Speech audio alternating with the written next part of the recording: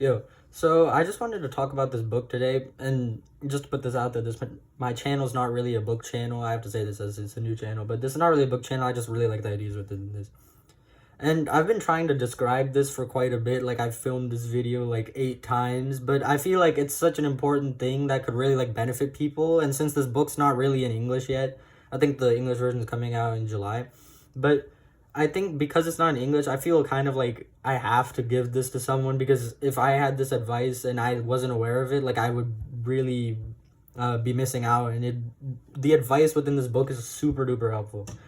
So, anyways, this book has been number one on Amazon Japan for like multiple years at this point, and it has a 4.4 star rating with like 1,000 reviews. And the author Ryushin Kusanagi has been studying the works of Buddha for a number of years. And if you didn't know, the Buddha is an actual historical figure that had a lot of students under him, and a lot of works he's produced in the sense that like people have noted down what he said. But the author compiled the most practical takeaways into this book, and the main goal of this book and of what I'm trying to convey to you is to show you a practical way to really eradicate any stress or suffering, as they say in Buddhism, from your mind. So in Buddhism, they describe what stress and worry is, and the author does it as well. And he says essentially that they all stem from things that you cannot control. And it makes sense that all forms of stress stem from things that you cannot control or solve immediately, right? Because if you could have solved it immediately, you already would have done it, and then it wouldn't have become a form of stress. And in Buddhism, they call this suffering, and they identified 8 different types of it, which are birth, aging, illness, death, leaving loved ones, facing hate, not getting what you want, attachments. I'm not really gonna get too much in depth with it, but it's a good thing to research. I would probably advise you that if you're interested at all, then you can look into that. But anyways, the point is that stress is essentially something that we produce as a reaction to something that we cannot solve immediately. And if you were to rank the things that cause you the most annoyance, frustration, or stress, it would probably be the things you cannot control the most at the top of the list.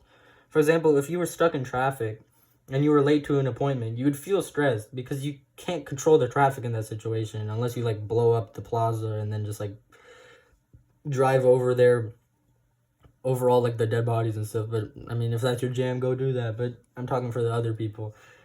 And if you can't change the situation, like you can't change the traffic normally, then the only thing you can really do as an individual person in that scenario is just to allow your reaction to change and see what actions you can take. And if there aren't any, just go with it. Because if there's nothing you can do, the only thing you can do in that traffic example is to wait patiently, right? Because you can't do anything. And if you simply choose to not react to it, then you won't feel any stress towards it, which I know it sounds a lot easier on paper, but you definitely need to practice it a lot.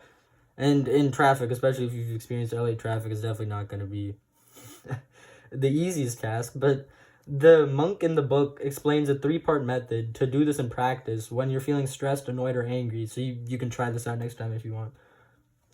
So the first is to use language and explain what you're feeling through thoughts. So, wrong pen. So in this situation, it's like if this was you and you're not feeling that great, then what you can do instead of just saying that this is anger and this is that, whatever, you say the things and you explain it through logic.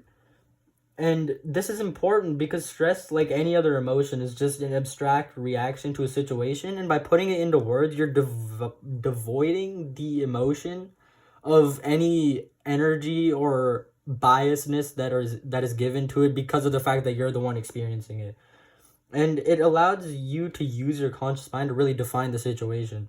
And the second step is to figure out what reaction you're actually having to it, because when you're in a situation like this, you don't really stop and think, oh, what am I actually feeling? Because you just feel like a negative emotion.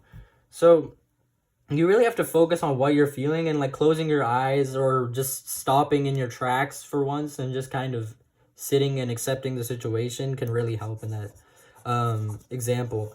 So the third step that he says is to try and separate the reaction from yourself. So if you were yourself and you are here, then you want to kind of put a wall between you and the actual like emotion, because other than that you can't really see clearly, because it's very difficult to see outside of yourself, especially when you're fueled with emotion. So obviously this takes a lot of practice, because that's why you, or it's a part of why you see monks meditating for years and years. But basically one of the biggest takeaways that I have from the book is that you're not really your emotions or your thoughts. You can choose selectively whether to react to any of them, or you can just choose to observe them from afar with a wall between you.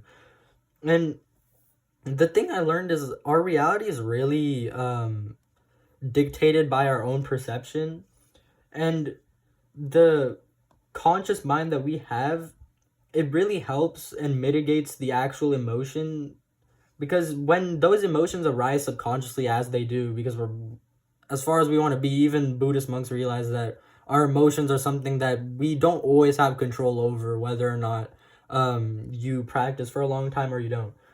So we have a choice of what emotions and thoughts we focus on, and our individual perception of reality is really dictated by that.